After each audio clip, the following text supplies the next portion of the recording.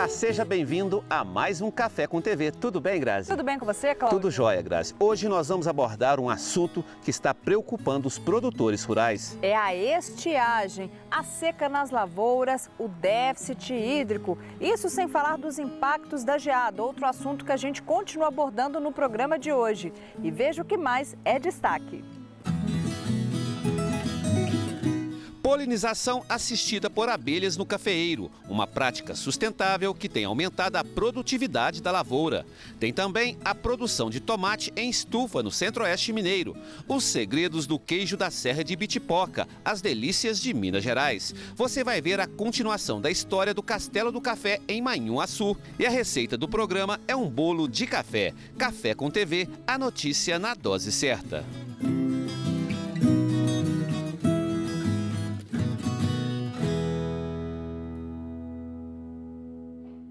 E a gente abre o Café com TV de hoje falando de um assunto que tem tirado o sono do produtor rural. É o déficit hídrico. Olha, Grazi, nossa equipe esteve na Fundação Procafé, em Varginha. Vamos acompanhar como está o nível de armazenamento de água no solo.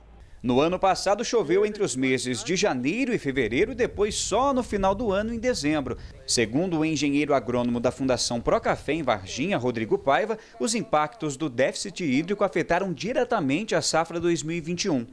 No início de 2021, nós tivemos novamente, em janeiro e março, precipitações próximo da média, porém a gente teve veranicos em janeiro e em março. E isso impactou na granação dos frutos, que é o que o produtor está colhendo agora, está beneficiando e está vendo um baixo rendimento, né, devido a essa má formação desses frutos, peneira pequena, e isso está impactando na produtividade dele desse ano.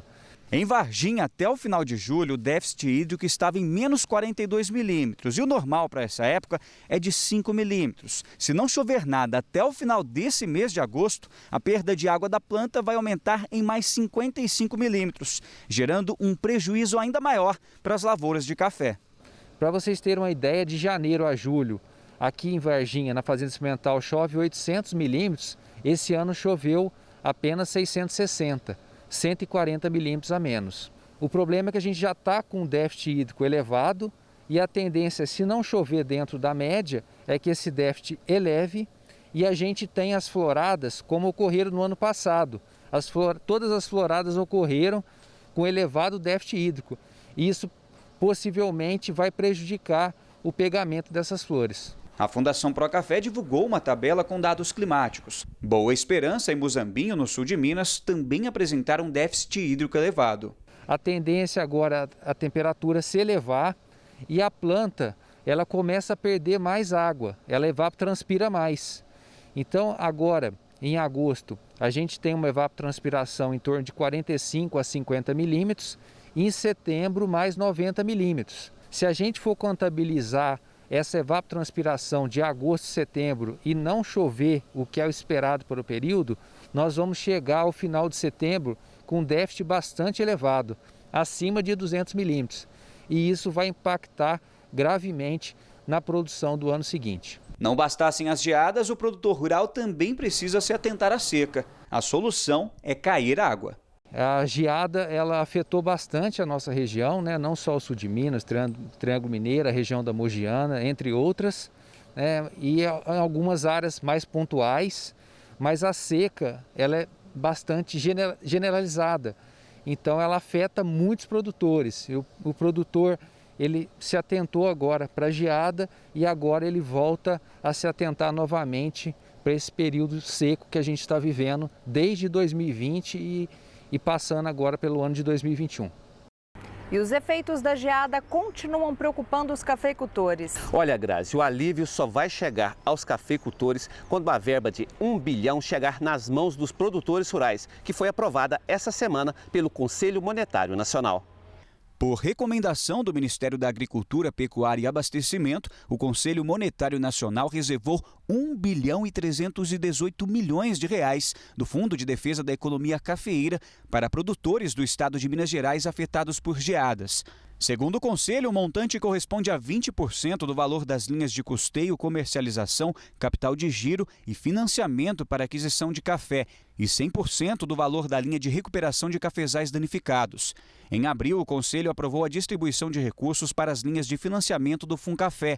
Em julho, após as geadas nas principais regiões produtoras de café de Minas, São Paulo e Paraná, foram feitos levantamentos preliminares. Cerca de 200 mil hectares de cafezais foram atingidos. A reserva já tinha sido aprovada pelo Conselho Deliberativo da Política do Café. Os recursos fazem parte dos 5,9 bilhões de reais aprovados para aplicação nas linhas de financiamento do Funcafé na safra 2021-2022. E aqui em Minas Gerais, o governo está se mobilizando para diminuir os impactos causados pela geada na vida dos cafeicultores. Uma das medidas estudadas pelo governo é a suspensão das parcelas dos financiamentos feitos pelos cafeicultores atingidos pelo fenômeno. O governador Romeu Zema e a secretária de Estado de Agricultura, Pecuária e Abastecimento, Ana Valentini, entregaram para a ministra da Agricultura, Tereza Cristina, ofício com as demandas para apoio aos cafeicultores mineiros afetados pela geada. Foram solicitadas a redução da taxa de juros para o custeio da safra 2021-2022 e a liberação de linha específica de crédito para a recuperação das lavouras danificadas, com carência mínima de 3 anos e mais 7 anos para pagamento. Outro ponto abordado no documento é a necessidade de criação de nova modalidade de seguro rural que contemple a cobertura dos prejuízos com a recuperação das áreas atingidas, a perda da produção atual causada pela geada e também as perdas de produção das safras que seriam colhidas nos anos de 2022 e 2023. A negociação de apoio de fundos nacionais e ou internacionais para a recuperação da cafeicultura também está entre as demandas apresentadas, além da liberação de crédito para cooperativas e revendas de insumos para fazer frente à possibilidade de produtores não conseguirem honrar compromissos. Um estudo do IF-Sul de Minas fez um mapeamento das regiões onde a geada mais deixou prejuízos. Pois é, Alfenas foi uma das cidades mais atingidas. Vamos ver?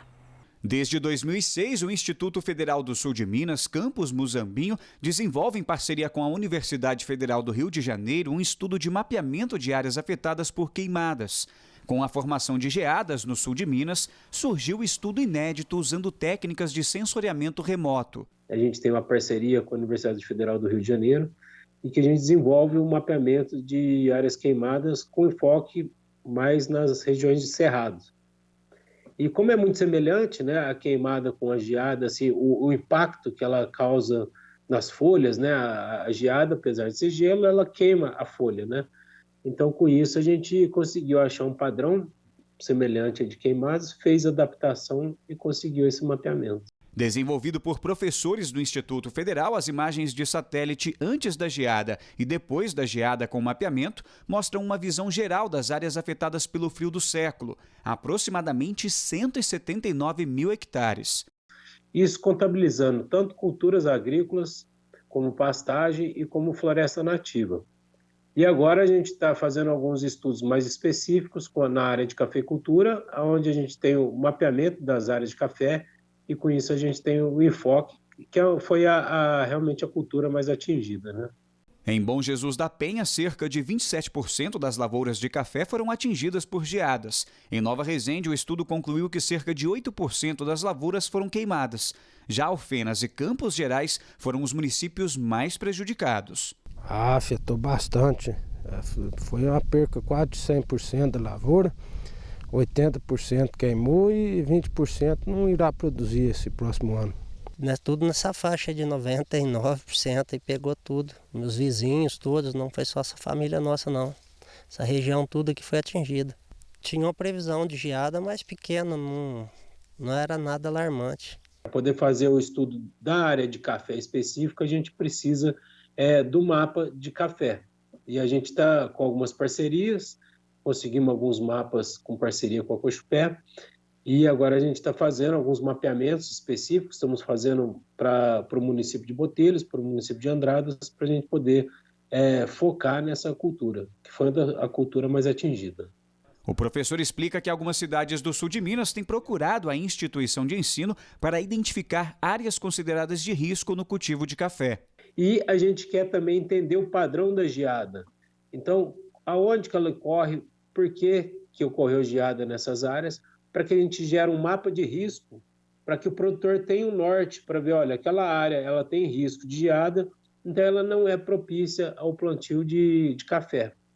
Então, esses são os próximos passos da nossa pesquisa. Agora uma notícia ruim para quem gosta daquele cafezinho. Ó, Grazi, com a geada a tendência é que o preço do café possa aumentar nas gôndolas do supermercado. Pois é, Cláudio, essa pode ser a maior alta em 25 anos. A quebra na safra do café causada pela seca e a geada recentes deve deixar o produto de 35% a 40% mais caro nos supermercados até o fim de setembro. O aumento é o maior registrado há pelo menos 25 anos no país, segundo a Associação Brasileira da Indústria de Café. A entidade descarta o risco de desabastecimento, mas diz que o preço repassado ao consumidor pode subir ainda mais nos próximos meses. Segundo a associação, de janeiro a julho, o café cru, que é transformado pela indústria em produto torrado ou moído, teve alta de 80%.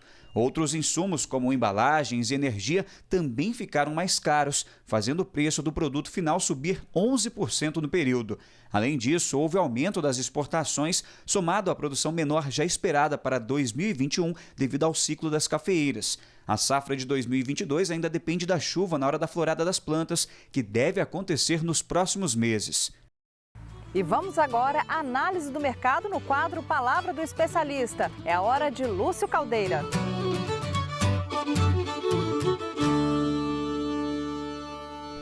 Olá, produtor e produtora de café do Brasil.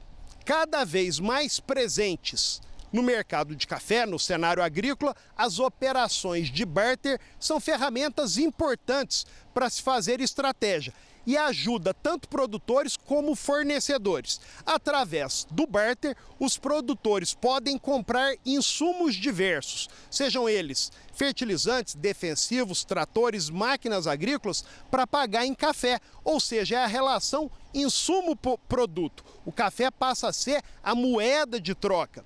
Uma outra vantagem é que, fazendo barter, o produtor não precisa tirar dinheiro do bolso. Ele compra para o futuro, já trava os preços com base nos preços futuros, que são maiores do que os preços presentes, adquire os insumos agora e vai pagar na safra de 2022. Como estamos no fim da colheita e vão surgir aí oportunidades interessantes para compra já de fertilizantes, de defensivos, é interessante que o produtor fique atento, já que o poder de barganha tende a ser melhor, já que os preços de café subiram. Enfim, é isso. Mais uma vez, obrigado. Semana que vem tem mais.